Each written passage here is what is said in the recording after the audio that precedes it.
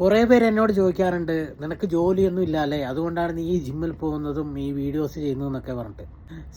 Actually എൻ്റെ ജോലി എന്ന് വെച്ച് കഴിഞ്ഞാൽ ഞാനൊരു ഓക്സിജൻ പ്ലാന്റിലെ ടെക്നിക്കൽ മാനേജറാണ്. നിങ്ങൾക്ക് മനസ്സിലാവുന്ന പോലെ പറയുകയാണെങ്കിൽ ഏകദേശം 2.5 കോടി രൂപ വിലയുള്ള ഒരു പ്ലാന്റിൻ്റെ എല്ലാ മെഷീൻസും റിപ്പയർ ചെയ്യുന്നത് ഞാനാണ്. എൻ്റെ ഇതേ പോസ്റ്റിൽ വർക്ക് ചെയ്യുന്ന എത്രയോ ആൾക്കാർ ചിലപ്പോൾ അവർക്ക് എന്താ പറയുക, കിടന്നുറങ്ങാൻ പോലും സമയം കിട്ടുന്നുണ്ടാവില്ല.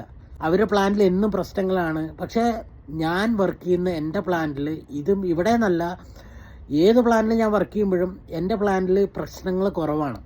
വേറൊന്നും കൊണ്ടല്ല, ആ മെഷീൻ്റെ പ്രശ്നങ്ങളെ സോൾവ് ചെയ്യുന്ന രീതി പെർഫെക്റ്റ് ആയതുകൊണ്ട് എൻ്റെ പ്ലാന്റിൽ പ്രശ്നങ്ങൾ അധികം വരാറില്ല. ഞാൻ ചിലപ്പോൾ ഒരാഴ്ചയിലൊക്കെ വർക്ക് ചെയ്യുന്നത് ഒരു 10 മണിക്കൂറോ 15 മണിക്കൂറൊക്കെയാണ് മാക്സിമം ഒരാഴ്ചയിൽ വർക്ക് ചെയ്യുക. കുറേ എഞ്ചിനീയർമാരെ എനിക്കറിയാം, അവർക്കൊക്കെ എന്താ പറയുക, പ്ലാനിൽ പ്രശ്നത്തിന് മേലെ. അപ്പോൾ നമ്മുടെ മൈൻഡ് ഷാർപ്പല്ലാതെ നമ്മൾ എന്ത് കാര്യങ്ങൾ ചെയ്താലും അത് പിന്നെയും അടുത്തടുത്ത പ്രശ്നങ്ങളുണ്ടാവും. നമ്മുടെ ബ്രെയിൻ ഷാർപ്പാണെങ്കിൽ നമ്മൾ ചെയ്യുന്ന ഓരോരോ കാര്യങ്ങളും പെർഫെക്റ്റ് ആയിരിക്കും.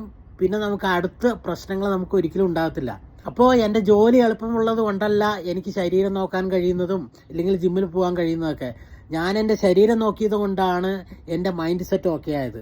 അതുകൊണ്ടാണ് എൻ്റെ ജോലി എളുപ്പമായത്. ഓക്കെ.